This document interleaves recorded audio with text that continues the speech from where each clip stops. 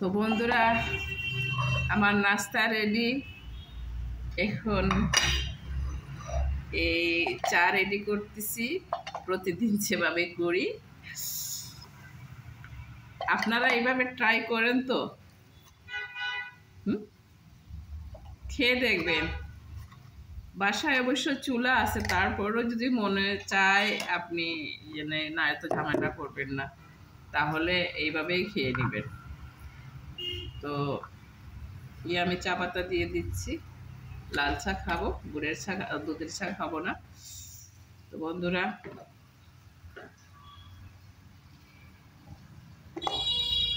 এই শীত আসছে, শীতে আপনারা সবাই সেফ থাকবেন।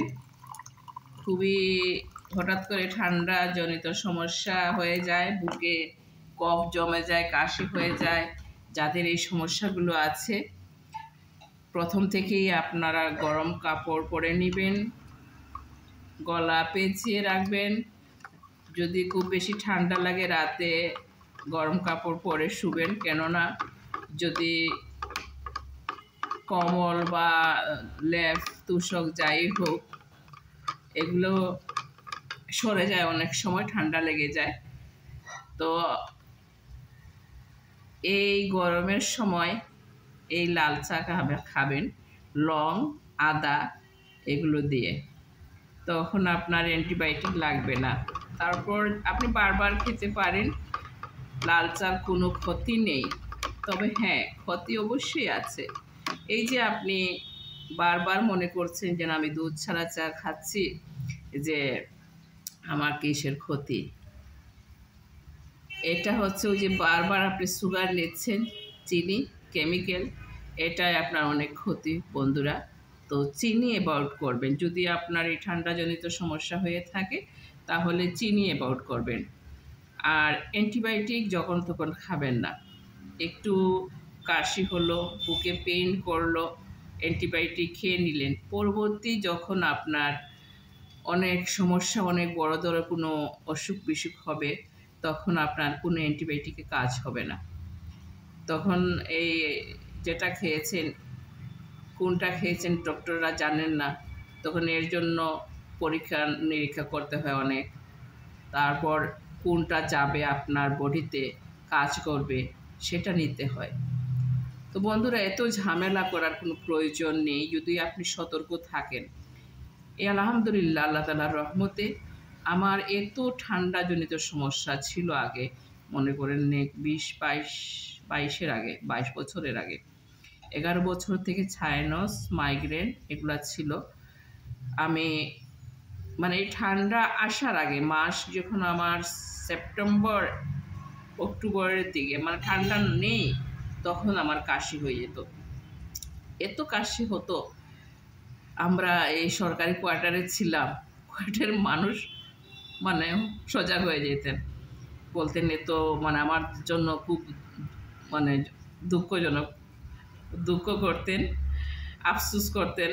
অনেকে আমাকে এই পুরাতন মধু টধু এনে দিতেন। আমি রাত্রে ঘুম নেই বন্ধুরা, ব্লাড এসে যেত। আমি যখন পার্লারে আসতাম, তখন আমি এই কাশতে কাশতে রাস্তার বেসিন পড়ে যেত।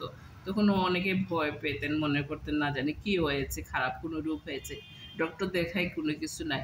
তারপর ডক্টররা বললো যে এই অতিরিক্ত কাশির জন্য যে লাংসে চাপ খায়, সেই জন্য ব্লিডিং হয়। তো বন্ধুরা, আমি আগে লেবু আর মধু নিয়মিত খেতাম।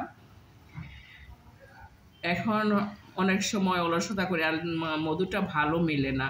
এই ফ্যামিলির শপ আছে মেডিকেলের কাছে, ওইটা বলে রাখলে, তাদের এখানে বাইরের মধুগুলো আছে, অস্ট্রেলিয়া আছে, সৌদির আছে, তো দুবাইয়ের, এগুলাকে খেলে আমার ঠান্ডার থেকে আমি রক্ষা পাই। তাহলেও এখন মধু বেশি খাওয়া যাবে না, কেননা ডায়াবেটিস যেহেতু ধরা পড়েছে, কন্ট্রোলে রাখতে হবে।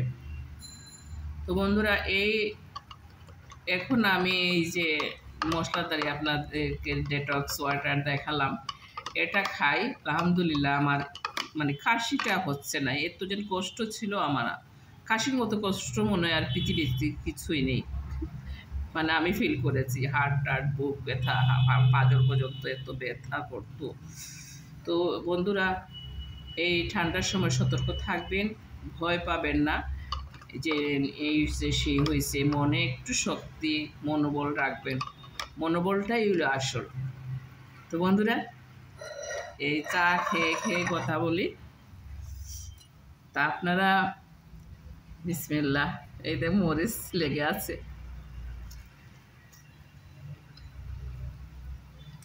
এটা আরো স্বাদ। এই দেখেন, এটা অনেক ঝালটা আরো স্বাদ, জাল ফ্রাইটা ব্রেডের আরো ফ্রাই ভালো। মানে প্রতিদিন তো আর গুড় এত বেশি খাওয়া যাবে না, একটু সতর্ক থাকি। দেখি 1 মাস 3 তারিখ 4-5 তারিখ আমি টেস্ট করব। আবার এই যেন ওষুধ আমি নিজের থেকে বন্ধ রেখেছি, টেস্ট করে দেখি মানে ডায়াবেটিস বা থাইরয়েড কতটুকু বাড়লো বা কমলো বা কী হলো, তখন একটা ডিসিশন নেব ওষুধ খাবো কি খাবো না। ডক্টররা তো আমার ওষুধ কোনো কিছু বন্ধ করেননি, আমার যেহেতু ফুলা ছিল। এখন আলহামদুলিল্লাহ আমি অনেকটা সুস্থ, অনেকটা সুস্থ। মাঝে মধ্যে মাথা একটু মানে ঘোরায়, তো এটা হয়তো অন্য কোনো বিষয়ে ঘুরাইতেছে জানি না, ধরনের ডায়াবেটিসও হইতে পারে, বুঝতে পারতেছি না। এনে তো বাড়াইল সব কিছু, আরও ডাক্তাররা তো ডাবল ডায়াবেটিসের ওষুধ দিচ্ছেন, কোলেস্টেরল দিয়েছেন, থাইরয়েডের 50 দিচ্ছেন। এখন কোন ওষুধে যেন আমাকে সাইড এফেক্ট করতেছে আমি নিজেই বুঝতে পারতেছি না, ডক্টররা বুঝতে পারতেছে না, চালিয়ে যাও। এই আমি বন্ধ করলাম, নিজ থেকে ডাক্তারি করে। আমরা বিউটি এক্সপার্ট মানে কিছুটা ডাক্তারি পর্যায়ে পড়ে যায়। যেমন স্কিন, আপনি কিভাবে যত্ন নেবেন স্কিনের,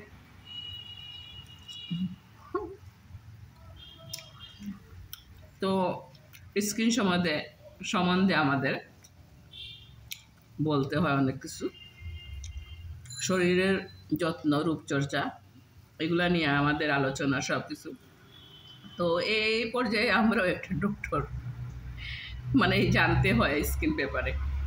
আগে ডক্টররা বলতেন ব্রণ হইলে ছুঁয়ো না, ধরো না, খুচাখুচি করো না, ক্লায়েন্টকে বলে দিতেন। এখন ডক্টররা এটা ট্রিটমেন্ট করে পার্লারে দিয়ে দেন, যান ফেশিয়াল একটা করে নেন। স্কিন অবশ্যই ফ্রেশ করতে হবে, ফ্রেশ না হলে আপনার এই যতই উপরে লাগান এই সেই আপনার কোনো কাজ হবে না, ডাক্তারিও কাজ হবে না। সাময়িকভাবে কাজ হবে, যে একটু কমে থাকবে, পরবর্তী আবার হয়ে যাবে।